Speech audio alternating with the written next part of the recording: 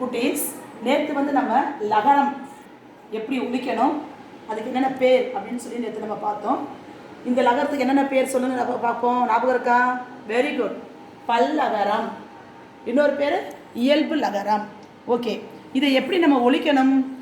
பல்ல தொட்டு ஒலிக்கிறதால தான் இதுக்கு பேர் வந்து பல்லகரம். பல் கூட வர அந்த பல்லுன்ற சொல்லலையும் அந்த லகரம் வரதால பல்லகரம் அப்படின்னு சொல்லுவோம். அந்த நுனி நாக்கால பல்ல தொட்டு சொல்லணும். பல் ல ல அந்த மாதிரி சொல்லணும். சரியா? அது நீங்கள் நல்லா ட்ரைன் பண்ணுங்கள். நேற்று நீங்கள் சொல்லி பார்த்துருப்பீங்கன்னு நினைக்கிறேன். ஓகே, இப்போ வந்து நம்ம லகரம் எந்தெந்த சொற்கள் எல்லாம் நம்ம யூஸ் பண்ணணும், அந்த சொற்களை இந்த லகரம் மட்டும்தான் யூஸ் பண்ணணும். சரியா? ஆக இந்த லகரம் இயல்பு லகரம் கொண்ட சொற்களை நம்ம என்ன செய்யலாம் இப்போ பார்க்கலாம். எப்பயுமே வந்து குட்டீஸ் வந்து நீங்கள் எழுத்தை சொல்லி சொல்லி படிக்கணும். சின்ன பிள்ளையிலேருந்து நீங்கள் சின்ன பிள்ளைங்க இல்லையா, அதனால் எழுத்தை சொல்லி சொல்லி படிக்கணும். அப்போ தான் உங்களுக்கு ஞாபகம் இருக்கும். எழுத்துக்கணும். ஊஞ்சல், ஊ இன் ச இல் ஊஞ்சல். த லை தலை. ப இல் பல். ப லி பலி. ப இல் லி பள்ளி. நீங்கள் சொல்லும்போதே பல்ல தொட்டு தான் சொல்லணும். இந்த இல் வரும்போது பள்ளி.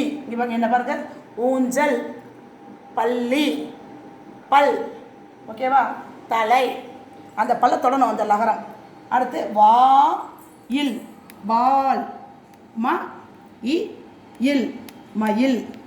சோ, இது 3 எழுத்து சேர்ந்து ஒரே எழுத்து இல்லையா? சோ, இது ஒரே எழுத்து, இது ஒரே எழுத்து. ஓகேவா? சோ இல் சொல். கா, துணைக்கால் வந்து நம்ம தலையை இழுத்து ஆன்னு சொன்னோம். கா இல் கால். க இல் கல். பா இல் பால். ம இல் லி கை மல்லிகை. ப ல பல. ப ல இர் பலர். மு இல் லை முல்லை. ப லா பலா பலாப்பழம். அது பலன்றது அக்ரிணை, பலர்ன்றது உயர்திணை. மனிதர்களை குறிக்கிறது பலர். பலன்றது தாவரங்கள், விலங்குகள், பொருள்கள் எதை வேணால் குறிக்கலாம். பலி, ஆடு மாடு பலி விடுவாங்கள்ல கோயில்களில், அது பலி. படையல், பலியிட்டு சாமிக்கு படைப்பாங்க, அந்த படையல். அதுக்கு இந்த லகரம் தான் வரணும். குயில், கு இ இல் குயில். து இ இல் துயில். துயில்னா உறக்கம். ஓகேவா? இது மாதிரி நிறையா சொற்களை டெய்லி நீங்கள் 5 சொற்களை எழுதி பழகுங்க.